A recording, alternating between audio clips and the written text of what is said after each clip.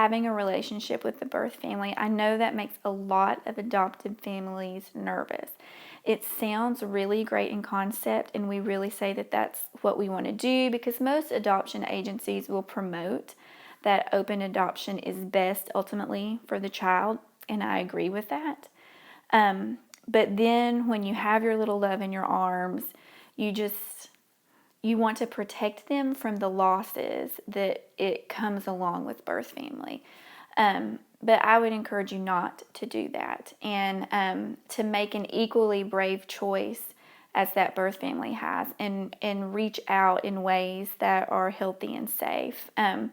For us, we still communicate through our adoption agency, so that provides a little bit of buffer for us as we grow that relationship and grow trust.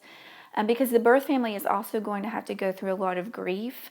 They have to work through the loss of that.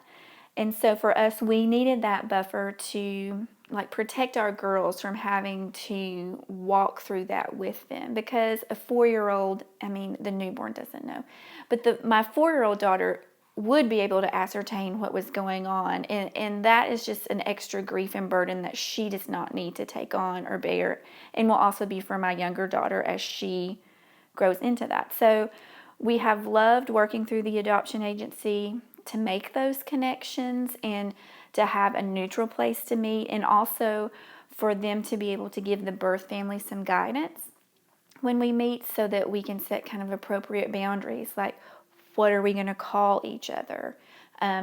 What kind of language do we use to explain the adoption? You kind of have to have these set roles, and everybody needs to understand them. That's a part of the triad. And even in the best case scenarios, which I feel like our youngest daughter, we have a really positive relationship with the birth family. But even in that, it still takes a while to sort through the grief and sort through the loss, and to settle into what the most appropriate and healthy roles will be for the sake of my youngest daughter, but then also for the sake of my eldest.